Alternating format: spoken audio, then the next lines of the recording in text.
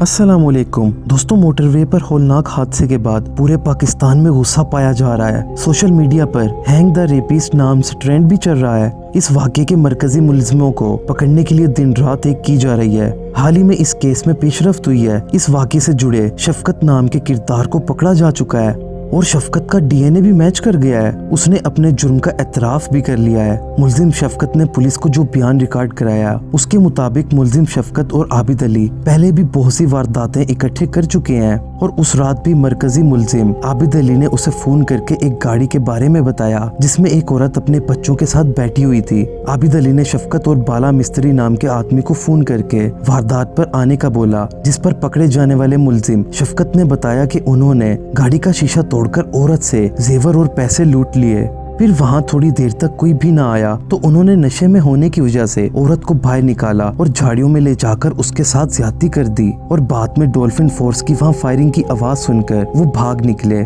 दोस्तों, एक मुलजिम तो पकड़ा गया और उम्मीद है जल्द ही मुलजिम आबिद अली भी पकड़ा जाएगा। हम लोगों ने औरत पर तो सवाल उठा दिए कि ये औरत क्यों रात को निकली, क्यों इसने पेट्रोल चेक नहीं किया, लेकिन इधर कसूर पुलिस का भी बनता है। इस पर कोई बात क्यों नहीं कर रहा? जैसे कि पुलिस के मुताबिक ये मुलजिमान पहले बहुत सी वारदातें कर चुके हैं और ज्यादती में भी मुलविस रहे हैं। इधर सवाल ये पैदा होता है, इतने खतरनाक लोग कैसे आजाद फिर रहे थे? क्यों इन पर पहले कोई एक्शन नहीं लिया गया? क्यों इन पर पहले कोई कार्रवाई नहीं की गई? दोस्तों, अगर ये इतने ही खतरनाक थे तो ये कैसे पुलिस से बचकर अब तक आजाद घूम रहे थे? अगर ये आज जेल में होते तो क्या ये मोटरवे पर होने वाला शर्मनाक हादसा कर पाते? हम लोगों ने इस मामले पर पता नहीं किसे किसे जिम्मेदार ठहरा दिया। क्या इस वाक़े की एक वजह पुलिस की गफलत नहीं बनती? क्या अगर आज ये मुलजिम अपने पिछले गुनाहों की सजा काट रहे होते तो क्या आज ऐसा दर्दनाक वाक़या रोनुमा होता? दोस्तों, आप माने या ना माने, लेकिन इस वाक़े पर डायरेक्टली या इनडायरेक्टली पुलिस भी कसूरवार बनती है। बाकी मैं किसी भी तरह इन मुलजिमों को सपोर्ट नहीं कर रहा। मैं भी हर पाकिस्तानी की तरह